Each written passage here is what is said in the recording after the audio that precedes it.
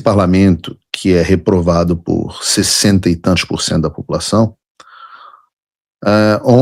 teve os seus deputados Marcel Van Hatten, Marcos Polon e Zé Trovão com os seus mandatos suspensos depois de uma votação no Conselho de Ética na Câmara. Só para vocês lembrarem, é aquele mesmo Conselho de Ética que não cassou o mandato de um parlamentar do PSOL que agrediu um cidadão comum dentro do parlamento. Esse Conselho de Ética. O motivo da suspeição foi a ocupação da mesa da diretora da Câmara dos Deputados em agosto de 2025. Caso vocês não lembrem, uma quantidade expressiva de deputados tomou essa atitude para tentar fazer cumprir o acordo que o Hugo Mota havia feito com eles ainda durante a campanha à presidência da Câmara. Que acordo era esse? O acordo era que ele pautaria a anistia. E havia voto naquele momento para aprovar a anistia. Como todas as votações posteriores demonstraram, havia voto. Mas Hugo Mota simplesmente sequestrou o Congresso Nacional através da pauta da Câmara, por medo do Alexandre, que o ameaçava, e descumpriu o acordo que havia sido feito quando o próprio PL o aprovou para a presidência da Câmara. Nesse mesmo contexto, no ano passado, havia uma pressão enorme em favor da aprovação da anistia, inclusive dos americanos, que já haviam imposto sanções contra o Alexandre de Moraes, sanções contra várias autoridades públicas, 2 dúzias de autoridades públicas, tarifas. E o que eles viram em troca, a contrapartida da classe política brasileira, foi que a contrapartida da classe política brasileira era, nas palavras do Marcel Van Hatten, frouxa. Não agia por medo. Então um punhado de corajosos, resolveram fazer isso e ocuparam a mesa diretora da Câmara dos Deputados. E vale lembrar que com isso eles conseguiram que fosse votada a urgência da matéria. Então não foi uma ação sem êxito. E eu me lembro que naquele momento eu falava muito com os deputados e dizia que, os parabenizava, dizia que aquele era sim o curso de ação correto. E o que eles me diziam? A imensa maioria deles dizia que não podiam fazer ou apoiar aquilo porque senão eles iam ser caçados, seus mandatos estariam em risco, e por aí vai. Você vê que a falta do ethos do guerreiro não é só das Forças Armadas, né? É também da classe política.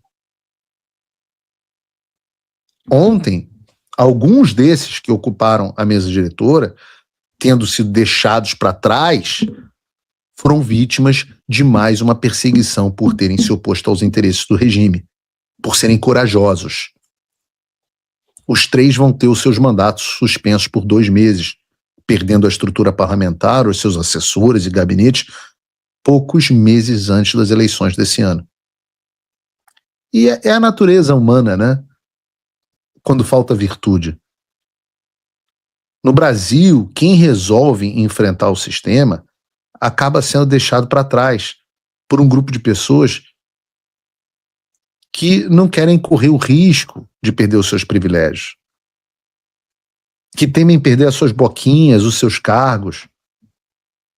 Lembra do filme do William Wallace, do Coração Valente, que eu sempre falo, ele olhando para trás, olha aí, ó, olha os deputados. Olha os deputados. E é por isso que eu acho espetacular, por isso que eu acho maravilhoso ver pessoas como Eduardo Bolsonaro.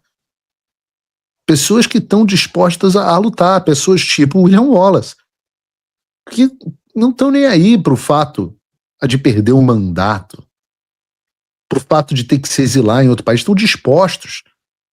Tem pouca gente assim, disposta a saber que a gente tem coisas maiores do que nós mesmos, né? Como Jesus ensina, aquele que tentar conservar a sua vida a perderá, mas quem perder a própria vida, essa a preservará, esse a preservará.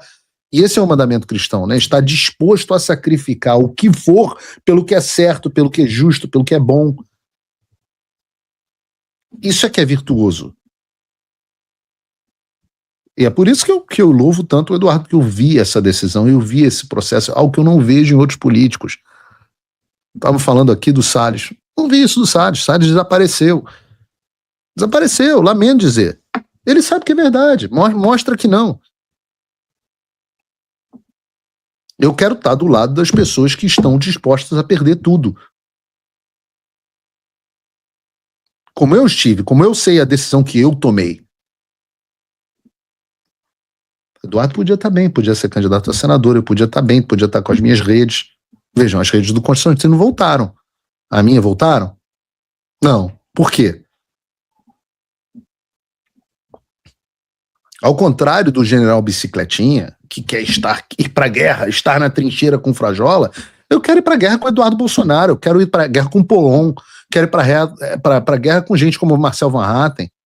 Até do lado do Zé Trovão eu prefiro estar, porque são pessoas que estão dispostas a sofrer as consequências. E mostraram isso com ações.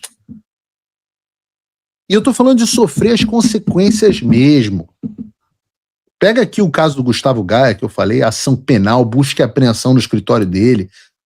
Eu já falei e vou repetir, o grau de perseguição que você sofre do sistema mostra o quanto você incomoda e, portanto, o valor que você tem. Se você está aí choramingando por multa de R$100 mil, porque 4 anos atrás as suas redes ficaram suspensas por um tempinho, sei lá, 15 dias, depois foram restauradas, bitch, please, vai se vitimizar na cara do cacete. Me acorda quando você não tiver mais passaporte, me acorda. Quantos tiveram mandato suspenso? Se eu fosse deputado e meu mandato não tivesse suspenso, eu já estaria me sentindo mal. Se não tem processo penal contra você no STF, já não tem meu respeito. Se você não está sendo perseguido, você não é parte da solução. Se não inventaram processos malucos de rachadinha contra você, você não importa. Isso vale para jornalista, político, vale até para cidadão comum. Se você não é perseguido é porque você não está incomodando o sistema ou então porque você está sendo permitido. As pessoas que mais incomodaram o sistema estão presas, junto com todos os outros que também incomodaram. Ora, óbvio, o presidente Bolsonaro, maior nome disso, mas pega o caso do Felipe Martins, meu companheiro em um processo no STF, preso, torturado, censurado. Você vai comparar o caso desse sujeito com um cara que, ai meu Deus, 4 anos atrás suspenderam as minhas redes por 2 semanas. Imagina se o TCU tivesse alguma possibilidade de ferrar com o Eduardo, se ele seria inocentado. Nunca, zero de chance. Não tem a ver com inocência e culpa, nada disso. É o quanto que você incomoda. Quem incomoda sofre o que esses caras sofreram. Então, eu só tenho a dizer a vocês o seguinte: votem em Marcos Polon. Votem. Ele não é nem aliado do Eduardo, mas alguém que eu conheço e vejo o quanto que trabalha. Votem em Marcel Van Hatten. E votem até no Zé Trovão. Porque gente com culhão, pô. Não precisa ter gente de culhão no Brasil. Eu me lembro. Eu fui a primeira pessoa de falar de Donald Trump no Brasil favoravelmente. A segunda pessoa foi o Olavo de Carvalho, que ele falava assim, o meu candidato, na época das primárias, ele falava assim, o meu candidato à presidência é o Donald Trump, porque ele tem as bolas de ouro, ou seja, o cara tem culhão, o cara tem coragem. É o que mais está faltando das virtudes cardinais no Brasil, o que mais falta é fortaleza. Ah, foi punido. E daí? Punição é uma verdadeira medalha de honra, não é aquelas bosta daquelas medalhas de honra que os milicos dão. Outro dia eu estava dando uma para Eduardo Paes, lobista da BYD, da empresa chinesa no Brasil.